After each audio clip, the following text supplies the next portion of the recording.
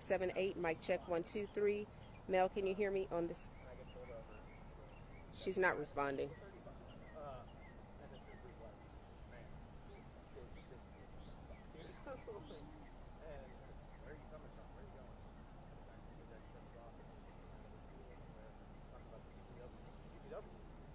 My bill's been going up lately. What are they talking about? Spent 15 minutes talking about the CBW impact. Speed does change a little quick around here. Just pay attention next time. Hey, I need somebody to check both my microphones. I'm going to call tomorrow and see if I can't negotiate a better bill.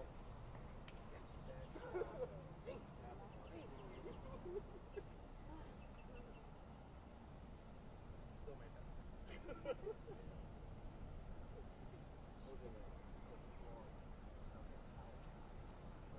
Hey, I got two microphones. Can you tell me if you can hear both of them?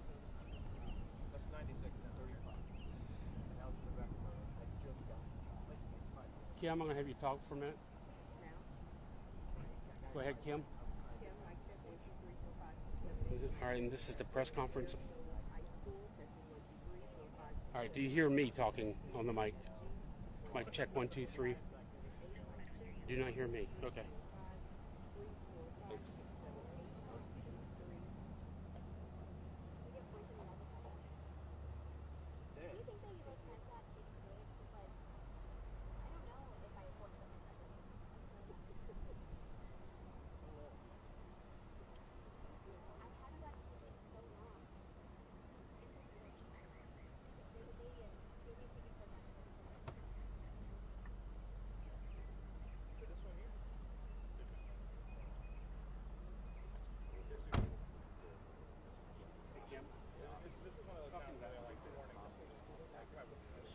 Testing 1 2 3 4 5 6 7 8. Second mic check 1 2 3 4 5 6 7 8. This is a mic, second mic, where the actual press conference will be held. 1 2 3 4 5 6 7 8. 1 2 3 4 5 6 7 8. Doing this for Jason's benefit so that he can hear in his fancy new earplugs, ear kebabs. Testing 1 2 3 4 5 6 7 8.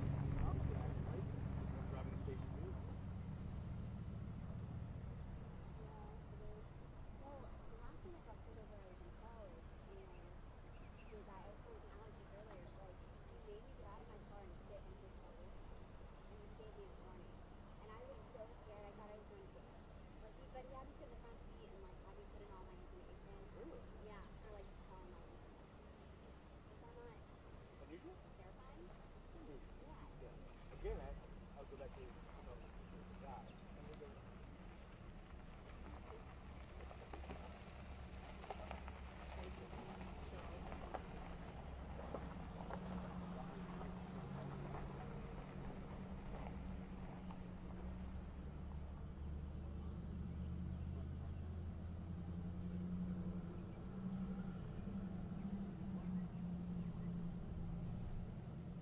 Out.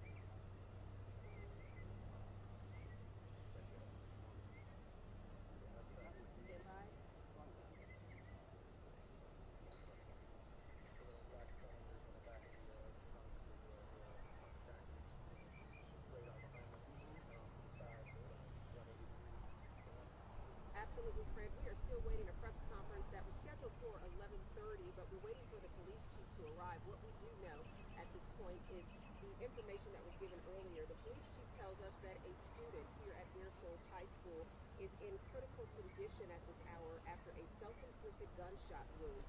SLED is investigating. I can tell you that we are on the far side of where the incident happened. As we drove into the area, we could see crime scene tape and also first responders working the scene. Right now, as I said, we're on the opposite side of the building waiting for the press conference to begin.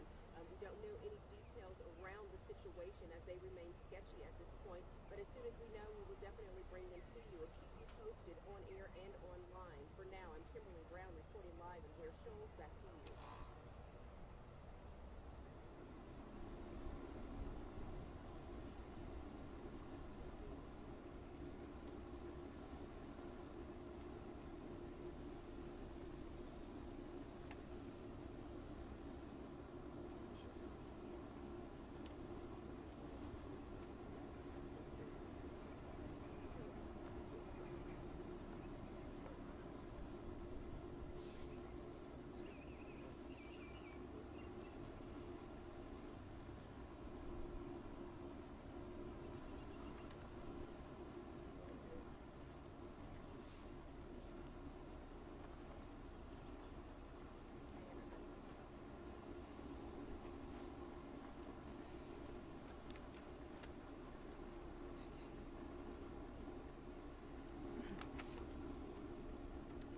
Are we ready? Okay. Shortly after 8 o'clock this morning, the high school was placed on lockdown due to an isolated incident in the parking lot. EMS and law enforcement were contacted and are currently investigating. Our school district is shocked and deeply saddened by the situation, and our thoughts and prayers are with the family of the student involved. We appreciate our students and our staff remaining strong during this time. School counselors are available today and will be available tomorrow to speak with our students and staff. While this is a very difficult time for our schools, our staff, and community, our focus will continue to be ensuring that our students and staff feel safe and supported during this time. I want to say thank you to law enforcement, to our school administrators, our counselors, ministers, and our community for their swift response to this incident. We appreciate their readiness to be here for us at a moment's notice. We'll continue to remain in frequent communication with our parents as more information becomes available. Do we have any questions that I can answer? I'll try to answer them the best I can. Could you give us first, last name, title? We're not, oh, Ms. Sprouse, yeah. Yes. Faye Sprouse, Superintendent of Weir Shoals School District. Did anybody hear anything happen? How were you alerted to the situation? The principal and safety coordinator were there on scene when this the incident occurred. Chief, can you kind of walk us through when you guys were first alerted, what your officers first saw when they arrived on scene? I believe DNR and one of the sheriff's office employees arrived first. They saw the victim laying on the ground in the grass over behind the white building by the library, and he had a head wound. Was he responsive when they arrived? He was not. Do we know anything about his condition right now? Critical still right now. I'm being updated as it goes. Students are saying that, or people are saying that students were there and witnessed the event. Have you interviewed anyone about this? We've interviewed, I think, 3 or 4 students that were there at the time, all saying the same thing. Do we know anything about this weapon that was used at this time? Small caliber, semi-automatic handgun. You mentioned that the officers or school officials, some school officials were there when it happened. Was it an incident where they were trying to get the student not to do something? They were. It was him and one of his friends in a vehicle. They were approached because they were late going into school. It turned out they had, I think, a Juul smoking device. They confiscated and possibly another tobacco product. At that time, he was getting out of the vehicle. I believe one of the safety coordinators at the school here observed what appeared to be a handgun in his waistband. When confronted, this male started walking up the hill backwards, and at which time he pulled the handgun out and shot himself. Can you tell us what was he saying? Or I don't know what he was saying. What's going on with the school right now? What state is, I think we're in a lock-in? Is that what it is? No, we are no longer under lockdown. We have counselors, ministers on hand, mental health counselors to be there to speak with students who may have witnessed or who were friends of the victim. As far as the rest of the day goes, is dismissal going to look normal? Yes, we will remain on normal schedule today and from here to 4. And parents are allowed to pick up their children today, correct? Yes, that's correct. Dr. Sprouse, how are students and staff faring at the moment? Well, we're a very small-knit community, and everybody knows everybody here. So we're reeling right now because we care about each other. And so, there's been a lot of prayers today and a lot of people supporting people, and that's the way it should be. So, and we just appreciate that so much. Can you tell us what grade the student was in? Or if they were part of any extracurricular activities? I'm sorry, I can't release any information about students. Can you kind of talk to us about the communication process with parents after the first notification?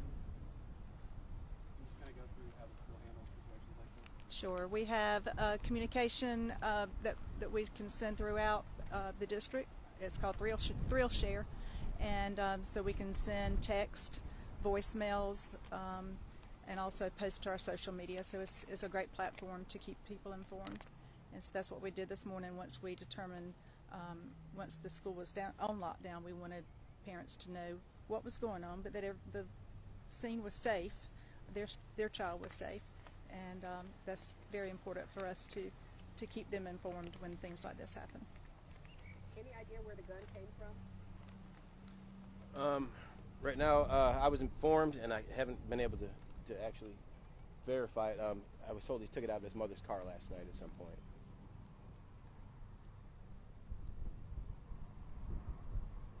Any notes or anything found in the vehicle? No, Is there any indication as to why he had the handgun? there is none. The girl that was with him at the time didn't know he had a gun, didn't know he was going to do anything with the gun.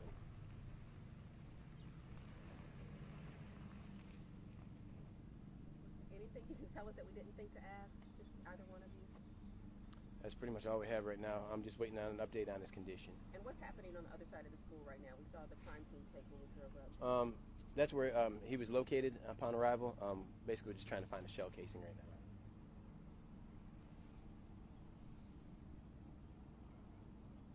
Anything? Thank you, guys. Thank you.